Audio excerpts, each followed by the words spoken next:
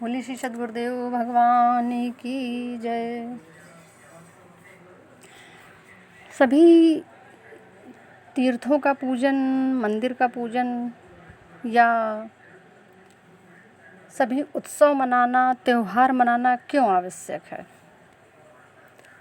इसका बड़ा एक साइंटिफिक कारण है जो हम आपको वेदों के आधार पे और साइंटिफिक दोनों के आधार पे बताएंगे कि जिससे आपका मन, आपकी भक्ति, आपकी निष्ठा उसमें पूर्ण समर्पित हो जाएगी कि हमें सारे त्यौहार क्यों मनाने चाहिए और हर वर्ष क्यों मनाने चाहिए, बार बार ये त्यौहार क्यों आते हैं। हमारे हिंदू धर्म में, सनातन संस्कृति में हर दिन कोई ना कोई त्यौहार होता है। परेवा, दूज, तीज, चतुर्थी, एकादशी, पूर्णिमासी, अमावस्या, कृष्ण जन्माष्टमी, शिव जी के सावन के त्यौहार, रक्षाबंधन, और किसी किसी दिन तो ऐसा होता है कि प्रतिदिन एक नहीं, दो नहीं, दो दो, तीन तीन, चार चार त्यौहार होते हैं। हमारे यहाँ माताएं अक्सर उनका कोई ना कोई व्रत बना ही रहता है। देखिए, जो एक त्यौहार हम मनाते हैं तो उसके दूसरे दिन या तीसरे दिन फिर त्यौहार आ जाता है, फिर उसको मनाना पड़ता है, फिर चौथे दिन त्यौहार आ गया, फिर मनाना पड़ता है।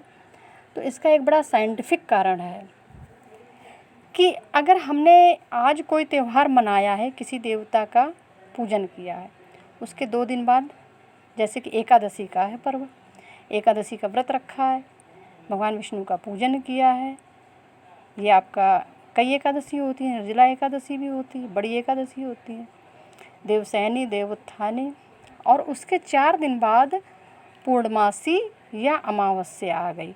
अब पूर्णमासी को फिर से भगवान विष्णु का पूजन करना है या अमावस्या को गंगा तीर्थ, विष्णु, शिव आदि का पूजन करना है। तो ऐसा क्यों कि बार बार हमको पूजन करना पड़ता है?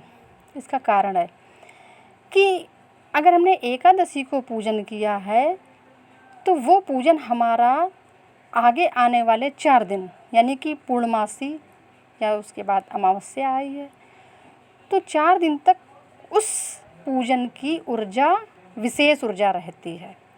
उसके बाद हमें उस ऊर्जा को फिर से कंटिन्यू करना है, यानी अनंत तक ले जाना है। तो पूर्णमासी के बाद अगले अगर चौथ आ गई है तो गणेश जी का पूजन करना है, अष्टमी आ गई है तो दुर्गा जी का पूजन करना है, यानी कि हर दूसरे चौथे जो भी पूजन हमारे व्रत सनातन धर्म में है उनका पूजन करते रहना है। क्योंकि जो सूर्य की भी ऊर्जा आती है तो फोटान के रूप में आती है, कुछ पैकेट्स के रूप में आती है, कोई एक राशि नहीं है कि जो वहाँ से शुरू हुई और यहाँ तक निरंतर आ रही है, वो भी छोटे छोटे पैकेट्स के रूप में आती है। जब वो पैकेट्स निरंतर वहाँ से प्रभावित होते हैं तब वो जा कर के एक बहुत बड़े स्रोत के रूप में और अग्नि भंडार के रूप में हमको दिखाई देते हैं। तो ये पूजन हमारा कुछ दिन के लिए ही होता है और इस पूजन को जब हम कंटिन्यू सतत करते रहते हैं तब हम जा कर के उस अनंत तक पहुँच पाते हैं। क्योंकि संसार में भगवान ने नाना प्रकार के प्राणी बनाए हैं, नाना प्रकार की वस्तुएं बनाई हैं, अनेक रूप आए प्रभु विष्णुवे। और इस शरीर में भी छोटी छोटी सेल्स हैं और सभी जब सेल्स को मिलाया गया है कोशिकाओं को तब जा कर के ये शरीर का आकार बना है। इसी प्रकार से हर वस्तु के मूल में छोटे छोटे कण हैं, महीन कण, जिनको हम इन नंगी आँखों से नहीं देख सकते हैं। वो कण मिलकर के, अणु मिलकर के परमाणु और इस तरह से बड़ा रूप बनते हैं जा कर के। तो ये पूजन हमारा जो है उतने ही दिनों के लिए होता है और उसके बाद फिर हमें अगला नया पूजन अगले देव का करना होता है सब एक ही का रूप, लेकिन ये निरंतरता हमको इस कारण बनाई रखनी पड़ती है क्योंकि जो सूर्य भी है उसकी भी रोशनी हम तक फोटान्स के रूप में आती है, तब जा कर के हम किसी वस्तु को देख पाते हैं। तो कुछ समय के लिए ही केवल ये पूजन होता है, इसीलिए बार बार विभिन्न प्रकार के देवताओं का पूजन, विभिन्न प्रकार की तिथियों का पूजन करना पड़ता है।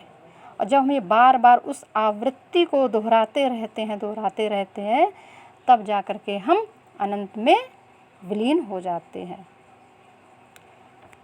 बोलिए सद्गुरुदेव भगवान की जय।